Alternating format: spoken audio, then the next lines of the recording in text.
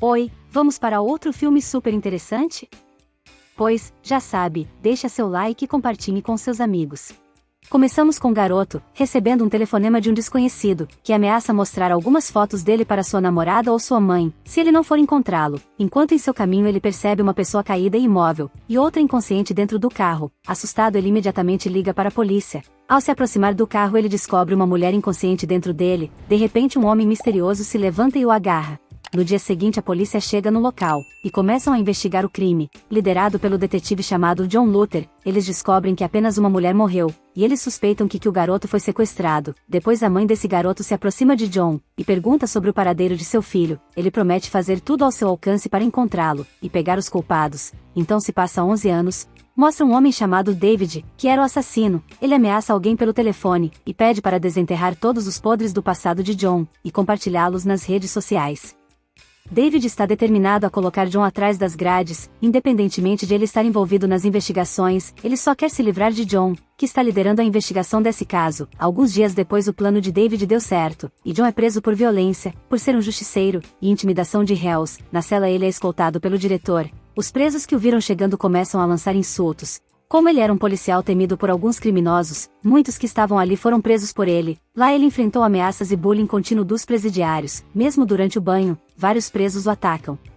Por outro lado, a mãe do garoto recebeu um telefonema misterioso, dizendo onde seu filho estava. Também contatou os pais de outras vítimas sequestradas. Juntos eles entraram no prédio esperando encontrar seus filhos. Infelizmente sua esperança foi destruída, quando eles encontraram seus filhos pendurados no teto. Como se a cena não fosse horrível o suficiente, o prédio de repente começa a pegar fogo, deixando as famílias sem tempo para recuperar os corpos.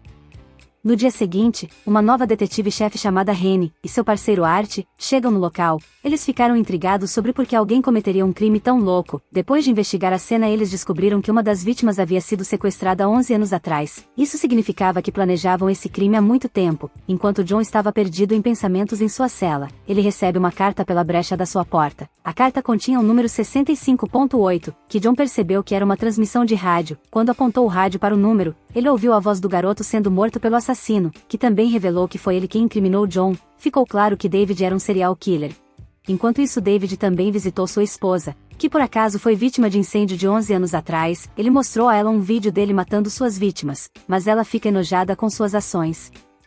No dia seguinte, a mãe do garoto visitou John, e implorou para ele pegar os sequestradores de seu filho. Ela compartilhou os detalhes brutais da morte de seu filho. John se sentiu culpado e determinado a pegar os culpados a qualquer custo. Mostra ela agradecendo David por levar ela até a prisão. Claro que ela não sabia que ele era o assassino. Ele gostava de se aproximar das famílias das vítimas. Enquanto John estava em sua cela procurando um telefone celular, que ele havia contrabandeado, ele liga para um cara, um policial. Ele implorou para ajudá-lo a sair. Naquela noite na prisão teve uma rebelião entre os presos. Alguns tentam matá-lo, ele até luta contra os guardas. Como consequência de suas ações, os oficiais da prisão decidiram transferir John para uma prisão maior e mais segura. Enquanto no caminho para a nova prisão, eles são atacados, e um grupo de pessoas ajuda John a escapar. No dia seguinte, John embarcou em sua missão para descobrir de onde estavam transmitindo a estação de rádio que ele tinha ouvido enquanto estava na prisão. Enquanto Rennie encontra Marty, um ex-detetive e amigo de John, ela procurou a ajuda dele para capturá-lo, pois acreditava que John fugiu da prisão para ir atrás dos assassinos, e ela não quer ele interferindo em sua investigação. John finalmente chegou ao lugar que estava transmitindo o rádio. No entanto, o cara ficou agitado e tentou fugir. John pega ele e começa a interrogá-lo sobre quem foi o responsável pela transmissão. O cara ficou com medo e não teve escolha a não ser confessar que a transmissão foi pré-gravada por outra pessoa. Naquele momento, John ficou curioso para saber por que esse cara havia ajudado um serial killer. Ele revela que conheceu um cara na internet e com o tempo eles se aproximaram. Ele confiou no homem e compartilhou seus segredos mais profundos e sombrios, mas David tinha gravado tudo. Ele então usou as gravações para manipular esse cara, ameaçando expor seus segredos se ele não cumprisse suas ordens. No entanto, ele não tinha ideia de quem era esse homem, mas ele tinha seu número de telefone. Depois de sair da estação de rádio, John liga para Marty e o informou que sabia sobre o seu envolvimento com a polícia para capturá-lo, mas John solicita sua ajuda para rastrear o número de telefone da pessoa responsável pelos assassinatos. Ele fala para Rennie e propôs que ela forneça a localização do número de telefone do sequestrador para John, assim ela poderia prender os dois no mesmo local. À noite, John vai para a localização do celular, e ele acha David no meio da multidão. E infelizmente ele havia feito um adolescente como refém, o que fez John agir com cautela. Enquanto a equipe tática estava indo prendê-lo, de repente várias pessoas começam a pular do prédio, causando caos. David tinha planejado tudo, e nessa oportunidade ele corre. John o perseguiu implacavelmente e sua perseguição os levou ao túnel do metrô. Após uma batalha cansativa, John foi ferido, com um corte no estômago, mas ele bravamente continuou lutando, e conseguiu segurar David. A polícia chega e prende os dois, no entanto David consegue fugir, e os policiais deixam John ir embora, porque acreditavam nele. Após a fuga, David liga para alguém da polícia. Para surpresa, a pessoa do outro lado da linha é o parceiro da detetive. Ele ameaça expor vídeos imorais dele para sua família se ele não eliminasse John. Assim descobrimos que o assassino também tinha vídeos dele. Logo depois John liga para seu colega, e pede para colocar no viva voz, para que ele pudesse retransmitir uma informação para o maior número de policiais. Ele revelou que as vítimas provavelmente conheceram esse sequestrador pela internet. Ele fingiria ser amigável, e então encontraria os erros ou as desgraças de suas vítimas, para chantageá-los. Uma dessas vítimas era o cara que foi forçado a transmitir a gravação do assassino na rádio. John acreditava que o medo de ser humilhado na frente de uma multidão era mais intenso do que o medo da morte. Ele também suspeitava que aqueles que pularam do prédio foram vítimas dele, e eles escolheram tirar suas próprias vidas, porque temiam que sua vergonha arruinasse suas vidas.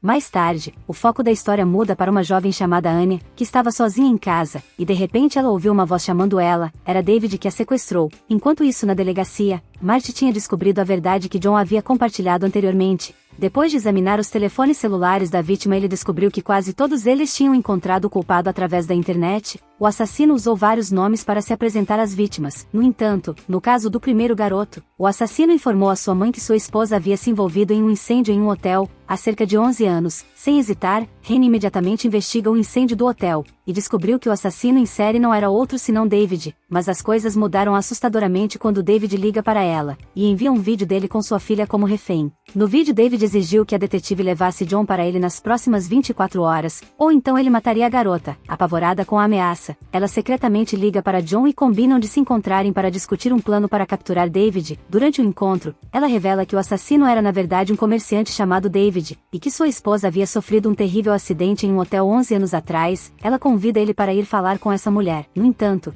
quando John estava prestes a entrar no carro, ele já tinha a sensação de que ela estava mentindo. John foi rápido em perguntar sobre o último sequestro. Incapaz de enganá-lo por mais tempo, ela revela que haviam sequestrado sua filha, e exigindo que ela levasse John para ele. Preocupada com a segurança de sua filha, ela implorou a John para ajudá-la. John a lembrou que mesmo ela fazendo tudo o que ele mandava, ele provavelmente ainda mataria sua filha. Portanto, a prioridade deles deveria ser capturar David, antes que ele pudesse fazer qualquer coisa.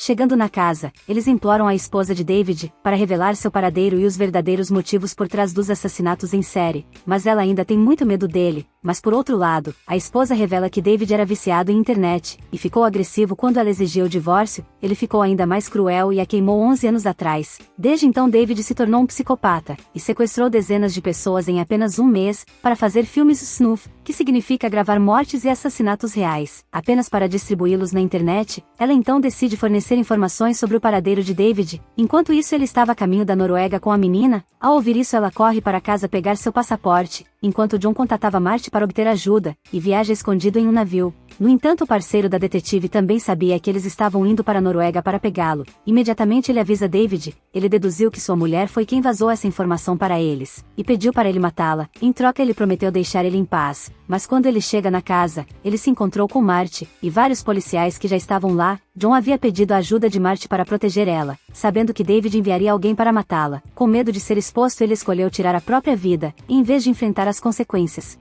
Continuamos vendo John e Henry embarcando em uma jornada para um lugar que a esposa de David havia mencionado anteriormente. A estrada que leva ao endereço era muito traiçoeira para continuar de carro, então eles tiveram que ir andando. John tropeça em uma pilha de cadáveres congelados, que ele suspeitava ser obra do David. Depois de um tempo, a dupla finalmente chega a uma enorme casa, e a Henry foi imediatamente dominada pelas emoções, quando ela viu o corpo de sua filha pendurada com outras vítimas. Enquanto John, determinado a encontrar o assassino, começou a vasculhar o local. No entanto, em algum momento Henry percebeu que o corpo não era de sua filha.